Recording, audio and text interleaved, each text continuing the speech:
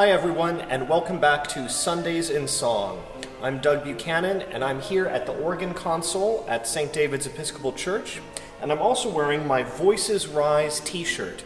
As some of you may know, Voices Rise is the street choir that my brother Benjamin and I began in collaboration with St. David's, St. John's Western Run, the Peabody Conservatory, and also Paul's Place, a day shelter and resource center in the Pigtown neighborhood of Baltimore. A street choir is a choir that is particularly welcoming towards those experiencing homelessness or financial distress. And that's exactly what Voices Rise is all about. It's about welcoming people to make music together and to offer that music and to share our common humanity and love of making music together in beautiful ways. We'll be welcoming Voices Rise next week, and we just finished up singing at St. John's Western Run several weeks ago when I was absent from St. David's because I was up there, and we welcomed Leo Vonenchak to be the guest choir director and organist for that day. Leo will also be back this week as I will be away presenting at a music conference. So he'll be playing this week, and then next week we'll be welcoming Voices Rise as well as holding our October Evensong on October 21st. But today I want to talk to you a little bit about a piece of music that we'll be sharing on Sunday. Thou wilt keep him in perfect peace. This is a lovely piece of music and is one of the cornerstone anthems of the Anglican tradition, sung throughout the world and at many different services. It's a lush piece for 5 different parts. The tenors are divided, but that's not one of the things that I think makes it particularly special. What I want to talk to you today is about a form of musical architecture. I talked a little bit about church architecture a few episodes ago and how that impacts some composition. But here I want to talk about musical architecture.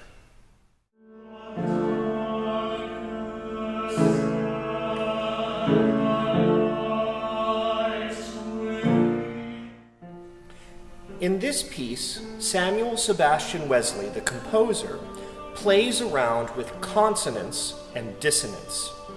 Consonant notes or intervals are those intervals at which we feel the music to be at rest. In other words, we could end on those notes and feel like the music is complete.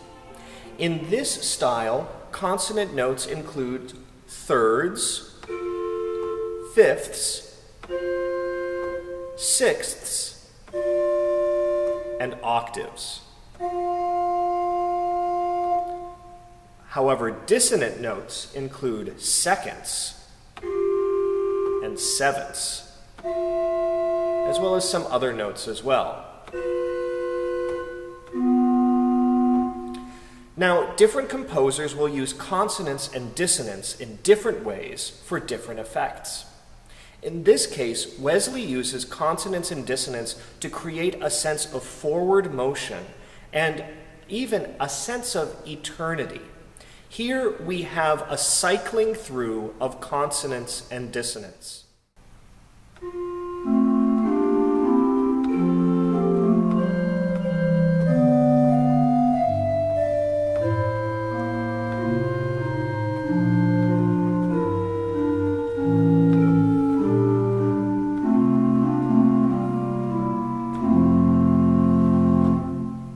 After the first measure, almost every measure begins with some dissonance that has to be resolved.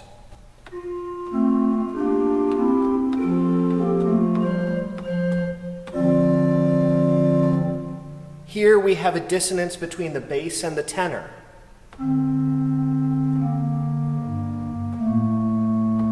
And that requires resolution. These specific kinds of dissonances are known as suspensions. And they're created by having a note that is dissonant emerge out of notes that are consonant. We hear this in the very first measure.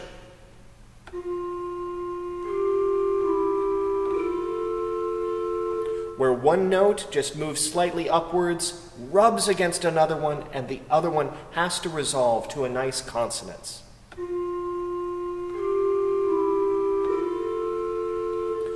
By putting these on the strong beats, on the downbeats of each measure, Wesley seems to be drawing us into the music and drawing the music forward as we're continuing onwards.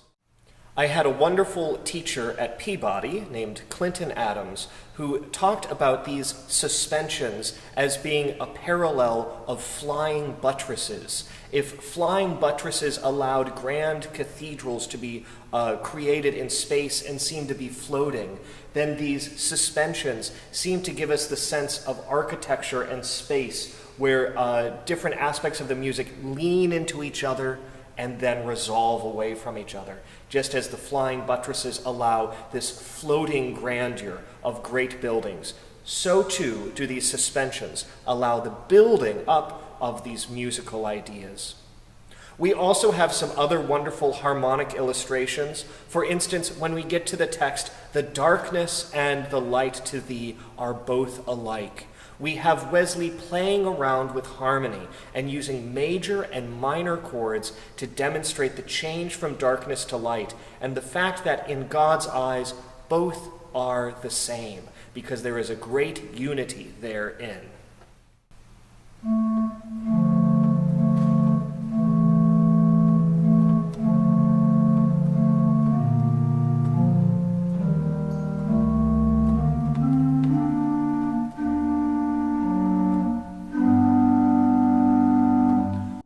We have moments of surprising resolution where first we think we are arriving in minor sounds and then we go to major sounds. This ambiguity of harmony allows the composer to represent the ambiguity of meaning that is present in an eternal consciousness. When we think about God and we think about eternity, and then we try to put it into mortal terms, we have to use ambiguous statements. We have to use statements that are at once both one thing and the other, particularly when representing text that is talking about light and dark being both the same in God's eyes. I hope that you find this music meaningful to your worship experience this Sunday. And I also hope that you'll join us next week as well as we welcome Voices Rise and we also have our October Evensong on October 21st. These are both wonderful moments to remember that in God's eyes all are equal and all are welcome at the table. I hope that you'll enjoy coming to these services and I look forward to singing with you.